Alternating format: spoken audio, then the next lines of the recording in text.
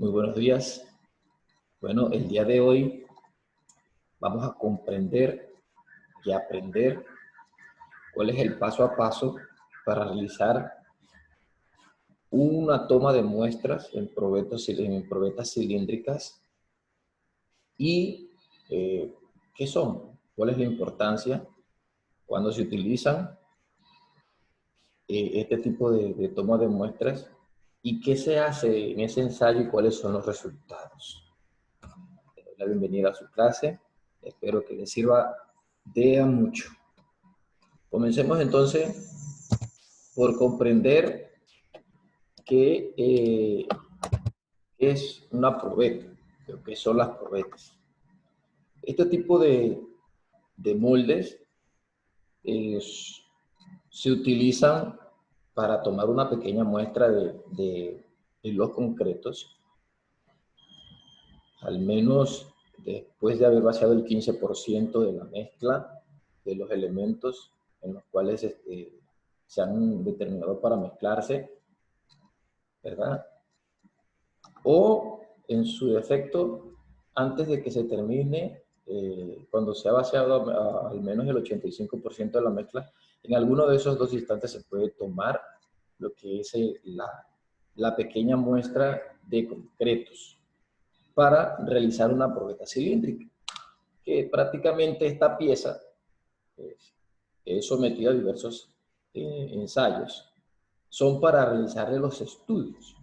Dentro de los laboratorios se realiza el estudio de la resistencia de ese material. Ahora, dentro de los laboratorios se les realizan los ensayos a diferentes materiales. En este caso, pues, el que vamos a estudiar, que es el concreto. Esas probetas cilíndricas, ¿verdad? Pueden ser, en este caso, de dos dimensiones, como lo estipula la norma sismorresistente del 2010. Aquí tenemos los diámetros en pulgadas y tenemos la altura también en pulgadas. Cualquiera de estos puede ser. Es una relación que va a existir, por ejemplo, de 1, el diámetro, y 3, la altura. 1 pulgada por 3 pulgadas. Viene siendo la altura, ¿verdad? Este es considerablemente mediano. Estos que están acá, con relación con estos, es una relación mediana. Esto, ¿verdad? La longitud viene siendo como más alto con la relación de este.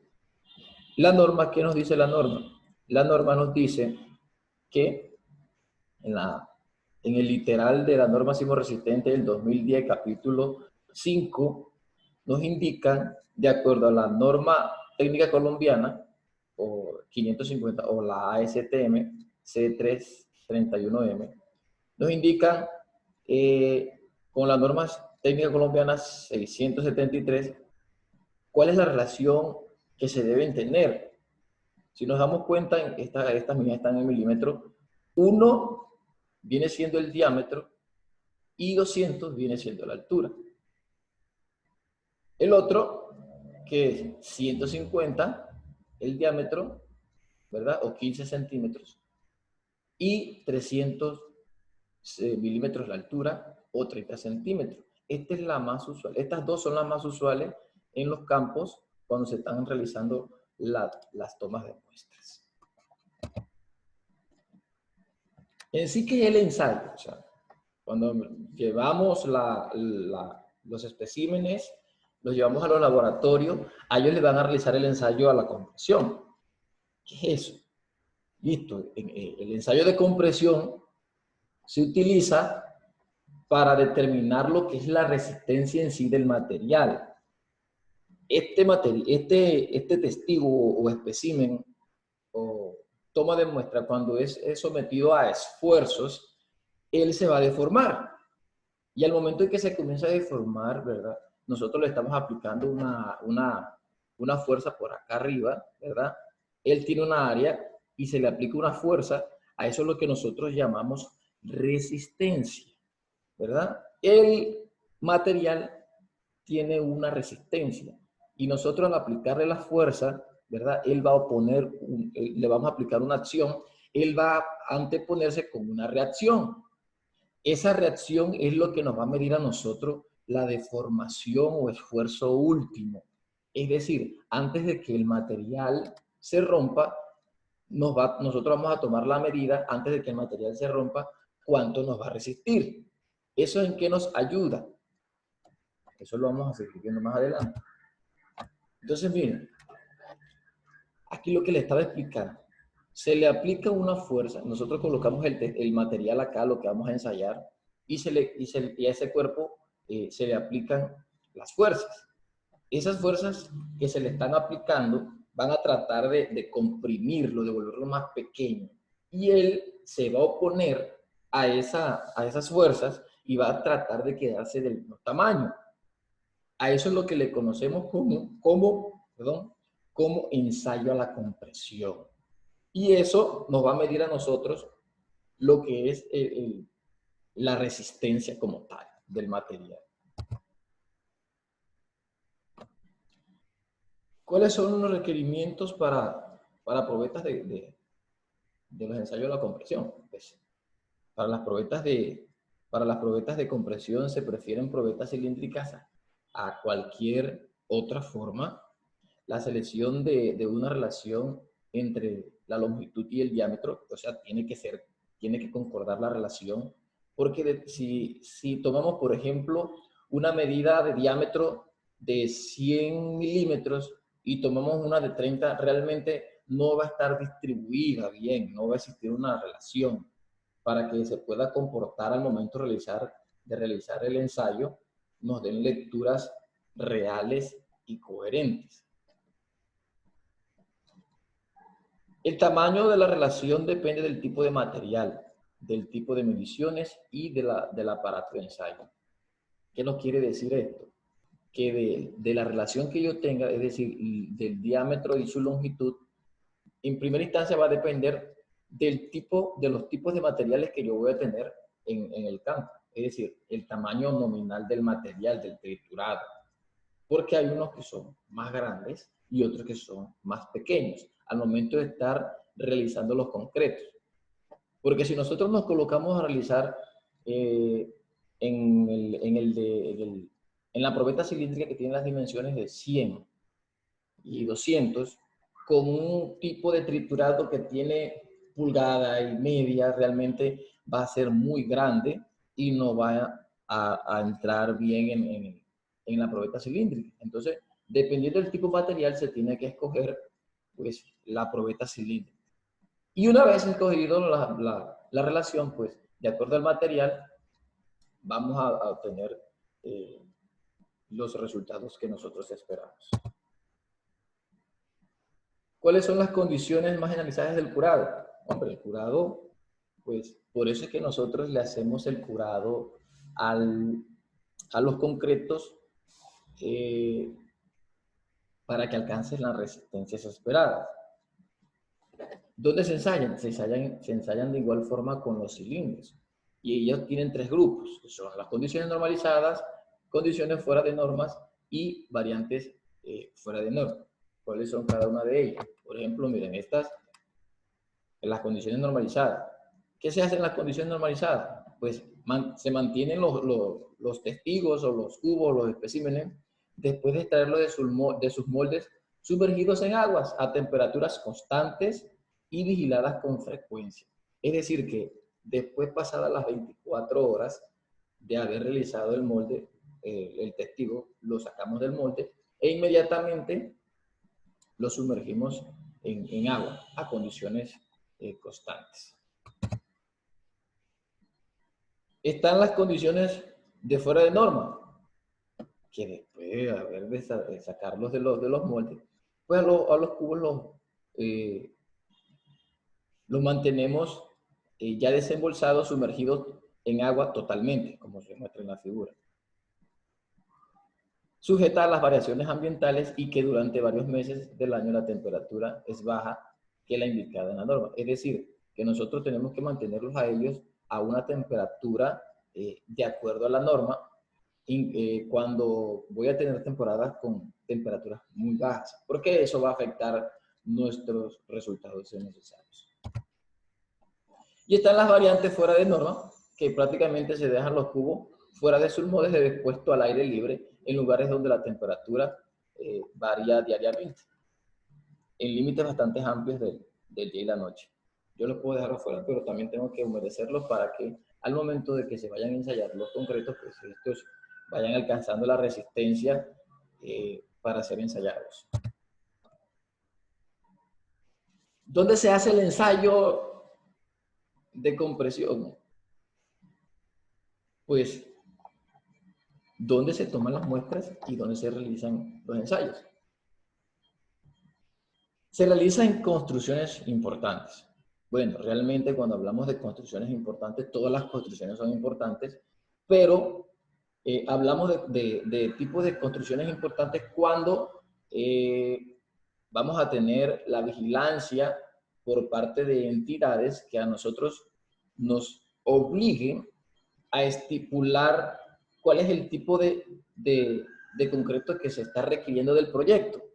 Entonces, si el proyecto me está requiriendo a mí un tipo de resistencia o de diseños de mezclas, yo tengo que respetar esos diseños y esas dosificaciones en campos. Entonces, vamos a tener una interventoría, es decir, una vigilancia que nos va a ayudar a nosotros a que cumplamos y que mantengamos esas dosificaciones bajo control.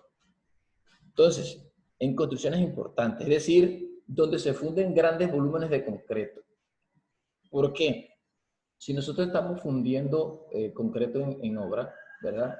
Nuestros trabajadores no van a estar siempre vigilando que se les suministró las medidas correctas. Si uno no está pendiente de que ellos hagan ese proceso de suministrar la cantidad de materiales ideales, pues nuestras resistencias van a variar. Mientras que si nosotros esos concretos son elaborados en plantas productoras de concreto, ya ellos vienen certificados que van a cumplir con la resistencia del material. En caso de que no cumplan, pues ahí se hace cargo la planta de responder por todos los concretos. La probeta estándar generalmente se ensaya a la edad de 7, 14 y 28 días. Entonces, una vez terminado y sumergido y curado los testigos o especímenes de los concretos, ellos se van a ensayar a estos días, a los 7, a los 14, a los 28 días, ¿verdad? Por eso nosotros tenemos que hacerle el curado a los elementos que nosotros producimos en los proyectos, estos curados, ¿para qué? Para que en estos 7 días, en estos 14 días y en estos 28 días, ellos vayan avanzando en su resistencia. Se dice que en los primeros 7 días es fundamental el curado, porque es que aquí es donde se va a garantizar que al menos nuestro concreto alcance el 70% de la resistencia. Y nos quedan de ahí, a partir del día 7 hasta el 28, para que alcancemos o pasemos la meta de la resistencia que nos exige nuestro proyecto.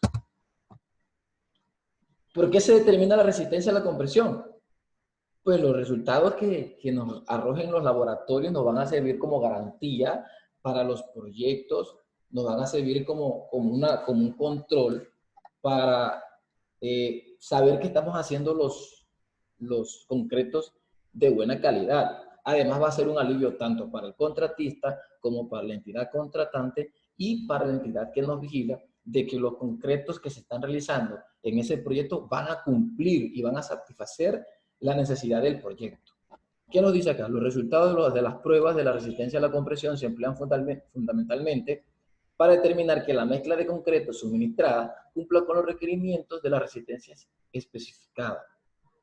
Es decir, de las que nos están exigiendo dentro de ese proyecto.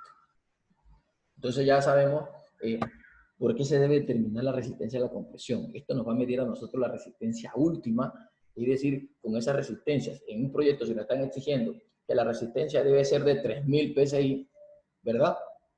Y nosotros al momento de realizar la resistencia a la compresión tenemos que el concreto a la resistencia última o el esfuerzo último nos arrojó 3.200, quiere decir que nosotros estamos bien. Pero si nos da por debajo, si nosotros tenemos 3.000 y al momento de hacer los ensayos nos dio 2.800, ya pasados los 28 días, quiere decir que nuestros concretos no están cumpliendo con la resistencia exigida dentro del proyecto. Ahora vamos a ver cuáles son los equipos que nosotros vamos a necesitar para realizar esa toma de muestras, para poder tener un testigo y que este testigo sea llevado al laboratorio para hacer el ensayo a la compresión, que son dos cosas diferentes. La toma de muestra, ¿verdad? Para yo poder tener el testigo y la otra poder ensayarlo en el laboratorio, que sí es el ensayo a la compresión. En este caso, vamos a tomar la pequeña muestra para poder realizar el testigo. ¿Cuáles son los materiales o herramientas que yo voy a necesitar? En este caso, pues, como todos lo sabemos, una probeta cilíndrica, ¿no? Que ya sea conociendo las medidas, un palostre, un chapulín, una varilla pisón y una carretilla. Son estos.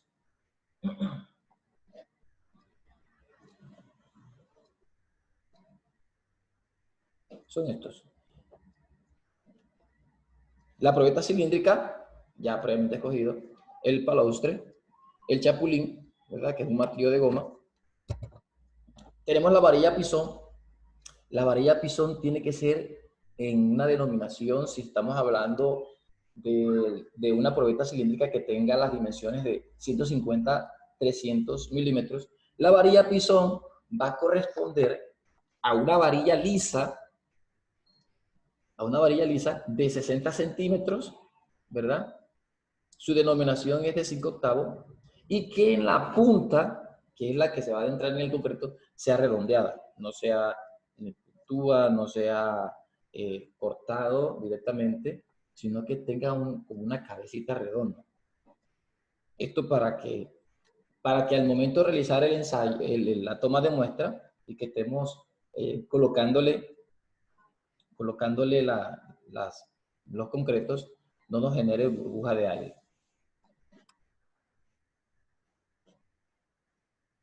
Y por último tenemos la carretilla. Tenemos la carretilla ahí que nos ayuda a nosotros a transportar el concreto para poder llevarlo al lugar donde se encuentran las probetas. Bueno, para realizar el procedimiento de la toma de muestra, lo primero que tenemos que hacer es colocar el molde en un lugar fijo, es decir, un lugar que esté totalmente lejos de las vibraciones, ¿verdad? Donde no vaya a ser movido por algún transeúnte o alguno de la obra, donde no vaya a entorpecer prácticamente, y este tiene que estar totalmente aplomado, tanto horizontal como verticalmente. Tiene que estar alineado para que en el molde, pues cuando coloquemos el concreto, quede una superficie totalmente alineada y no, cuando lo vayamos a ensayar, no nos quede el molde, por decirlo así, el testigo, de un lado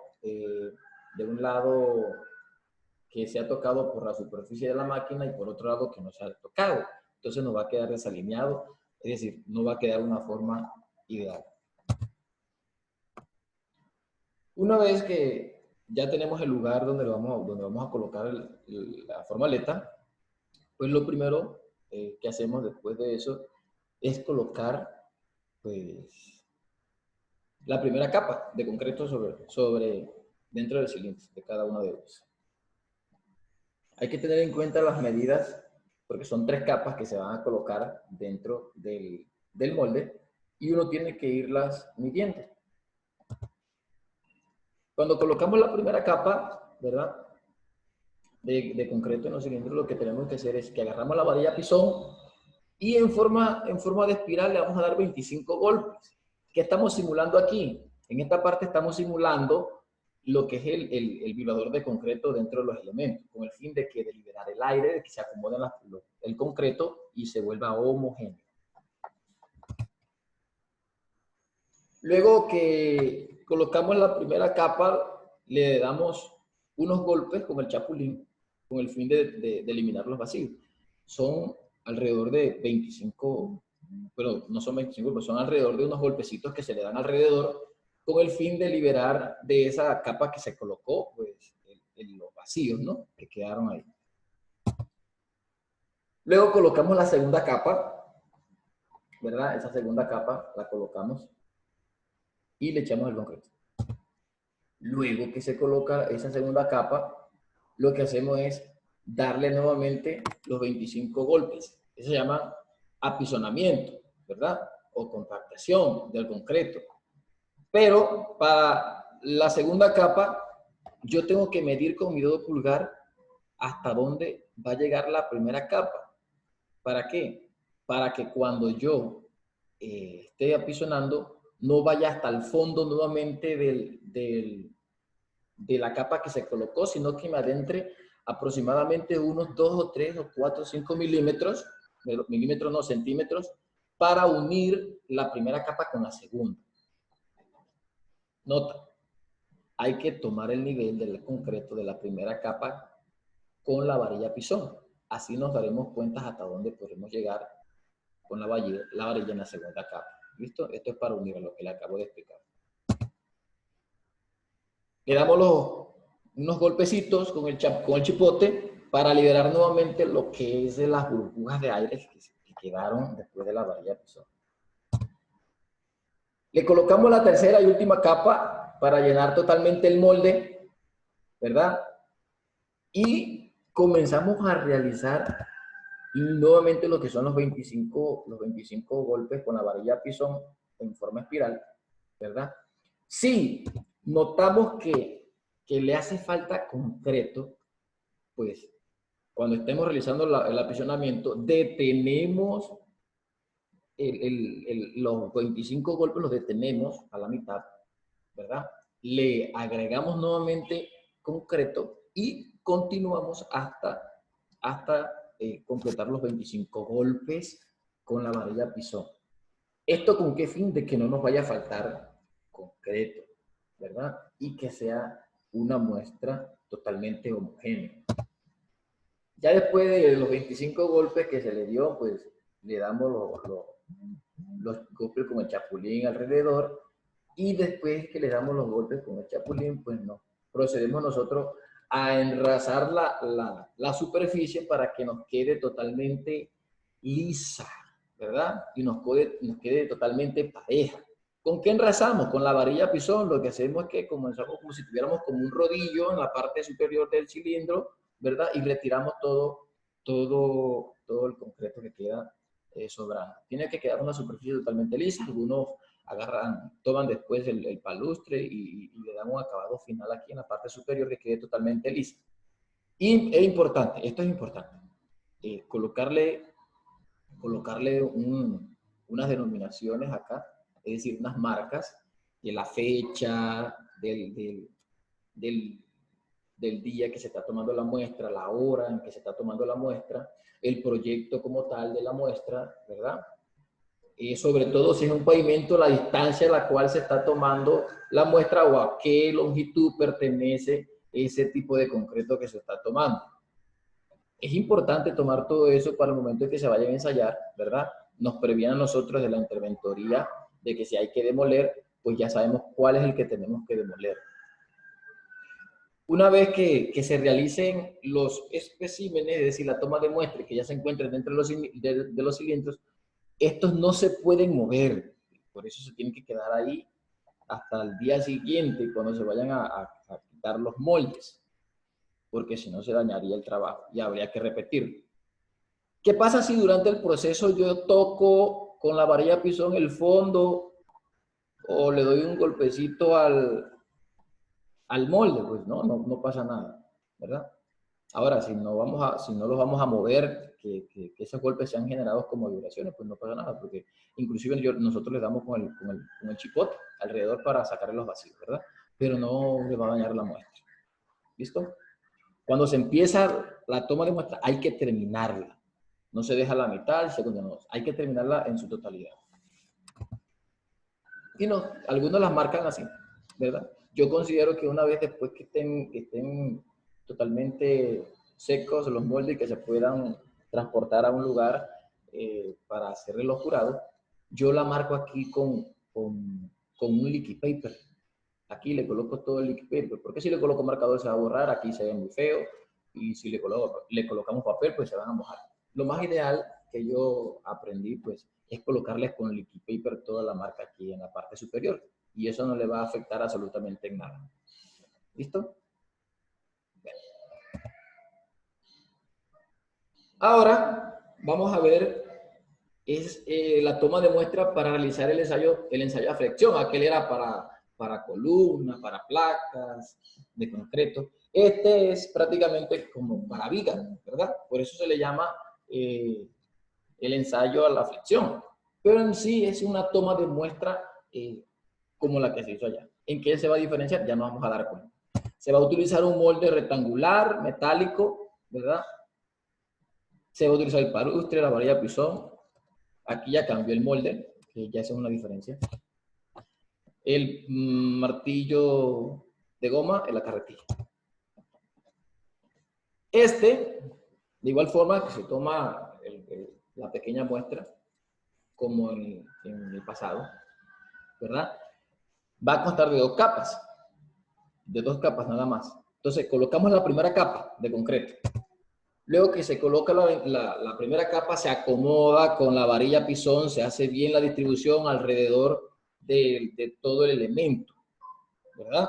Una vez que se hace la distribución, pues se hace en espiral también por todo el elemento 55 golpes.